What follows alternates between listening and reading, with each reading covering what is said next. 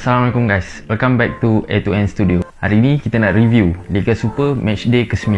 Untuk match first, aku nak cerita pasal penyewa dengan tuan rumah, iaitu Selangor yang sewa stadium UiTM jumpa dengan tuan rumah UiTM FC. Untuk game ni Selangor menamatkan kuliah pada malam tersebut dengan keputusan seri 3-3. Selangor leading menerusi gol daripada Sandro dan juga Ifidayo waktu first half. Masuk second half, aku tak tahu apa Frank Bernhard kuliahkan anak-anak buah dia. Dalam masa 15 minit Selangor kena comeback 3 gol. Ambil kau. So lepas 15 minit kena 3 gol dengan keputusan 3-2. Alih-alih hujung-hujung game, aku pun dah tak tengok sebenarnya game tu.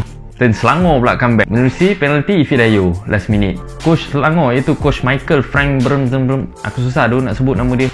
Okey, untuk Selangor dari segi line up, aku nak ulas sikit. Coach Michael menurunkan balik player kesukaan fan-fan Selangor iaitu Sarkante, Sarkunen, yang mana position asal dia sebenarnya center defensive midfielder. Tapi bila in match, aku pening. Sarkante ni kejap ada kat belah kanan, dia macam main lebih kepada sebelah kanan dalam game ni. Tapi nak menunjukkan betapa efisiennya Sarkante ni, dia cover job-job Sandro, job-job Safwan untuk defensif tu, dia pergi sampai ke tengah bila kena counter. So bila dah leadingnya first half 2-0, Coach Michael tu pun dia ada PL juga, dia nak tunjuk lah player-player Selangor 2 yang dia dah bawa naik. So second half dia keluarkan Sarkante, aku tak tahu kenapa, tapi dia masukkan Alif Haikal, seorang lagi wonderkid lah bagi aku, aset Selangor yang terbaru. Kalau korang tengok Liga Premier, dia ni antara player yang tengah meningkat naik.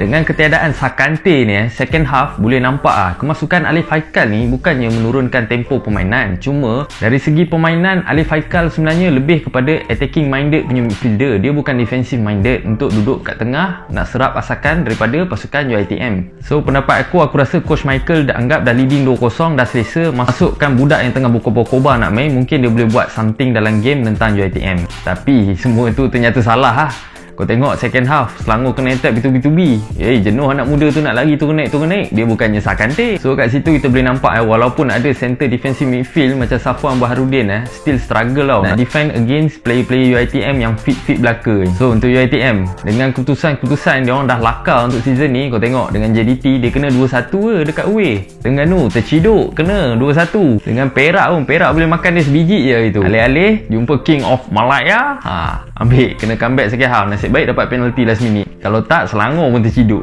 So dengan keputusan UiTM dah capai setakat ni, aku rasa dah membuktikan betapa belanja besar ni bukan jaminan untuk pasukan kau berjaya season tu. Kau tengok UiTM dengan bajet tak sampai 10 juta satu season nak buat team dengan ada 5 orang import, betapa sempit dengan bajet dia orang, tapi still boleh dapat keputusan positif. Pada pendapat aku, season ni backroom staff UiTM dah menjalankan kerja yang sangat baik, terutama dari segi sains sukan. Mana taknya korang tengok sebelum je sign player import ni akan dihantar untuk fitness test dengan team sport science dia. Team sport science dia akan buat fitness test untuk tengok probability untuk player tu injured sepanjang season tu.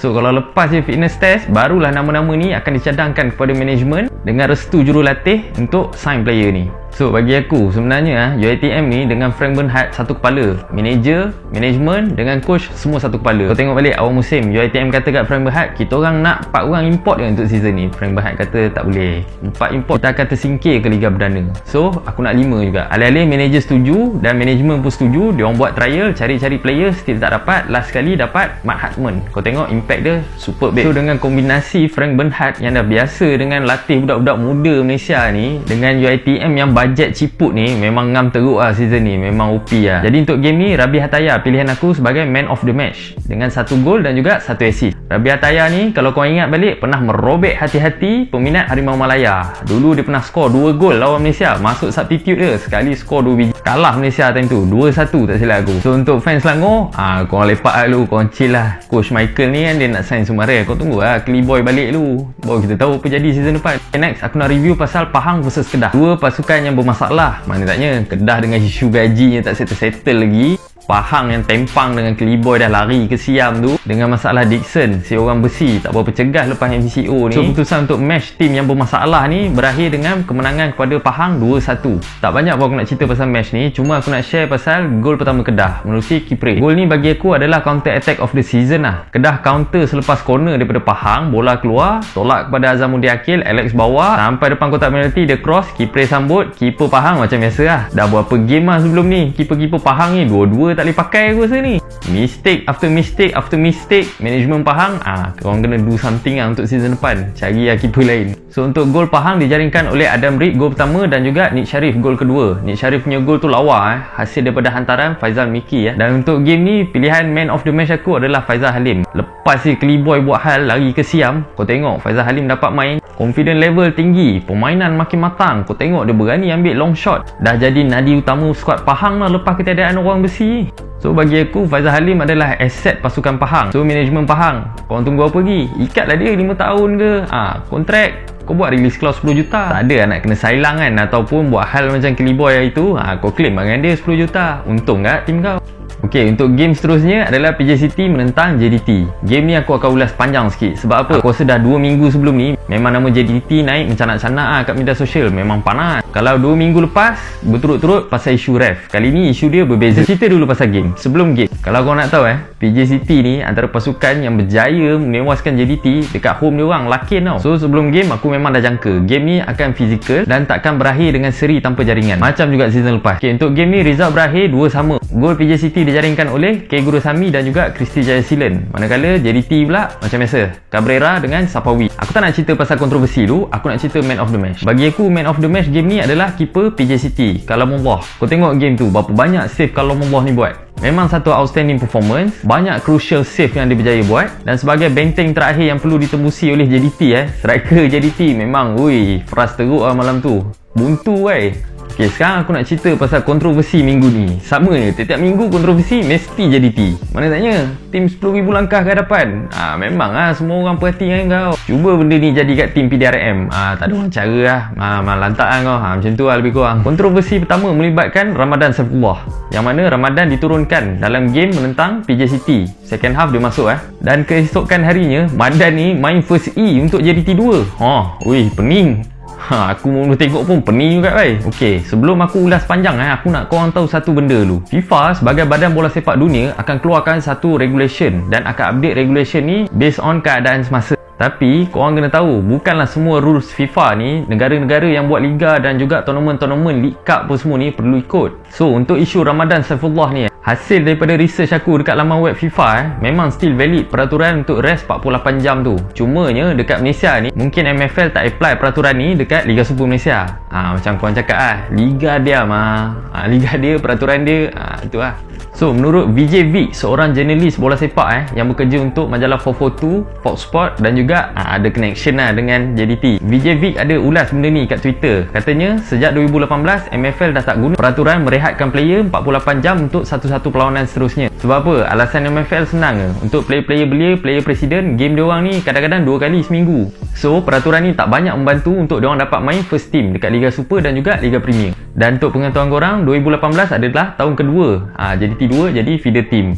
Korang faham lah kenapa kan. Dan menurut Vijay Vick, competition punya regulation based on negara tu punya peraturan sendiri. Dia boleh pilih mana yang dia nak ikut, mana yang dia nak follow, mana yang tak nak. Sebagai contoh aku nak bagi La Liga. Kita tengok dari segi pengiraan mata hujung season, kalau kata tim pertama dengan kedua mata dia seri, walaupun perbezaan jaringan yang ketara, still akan tengok head to head. Kalau head to head tu memihak kepada Real Madrid, walaupun mata sama, jaringan tu Barcelona lebih 100 biji pun, still Real Madrid akan ditabalkan sebagai juara. So next adalah isu Gary Steven Robert dan juga Syamir.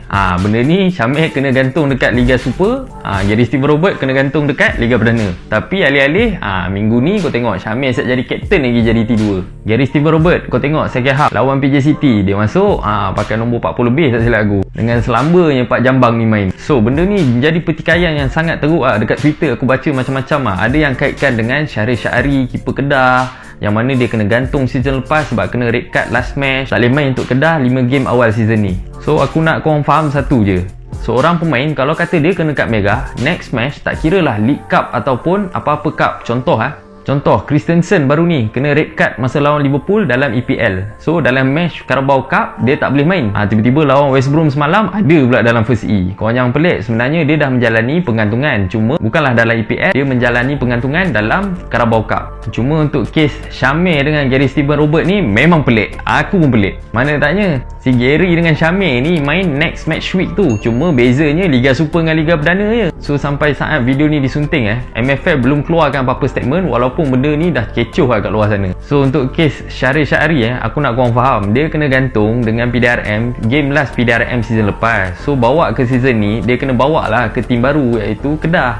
So dia tak boleh main awal-awal tu. So benda tu bukan isu dia dan tak sama dengan kes Syamir dan juga Gary. Cuma yang aku tambah peliknya, tak ada pula pengurusan PJ City dengan Perak 2 yang lawan dengan JDT 1, JDT 2 ni nak cerita, nak mengamuk ke kat media sosial, nak hantar bantahan ke kat MFL. Tak ada. Mungkin waktu mesyuarat koordinator, iaitu satu mesyuarat yang wajib dijalankan sebelum match, mungkin nama-nama player ni dah disebut, mungkin dah dipetikaikan dan mungkin dah dijelaskan oleh pihak MFL dan pihak pegawai perlawanan. So mana yang tak tahu, sebenarnya sebelum game akan ada mesyuarat koordinator melibatkan wakil kedua-dua pasukan, pengadil perlawanan dan juga match officer, pegawai perlawanan, wakil daripada FAM dan juga MFL.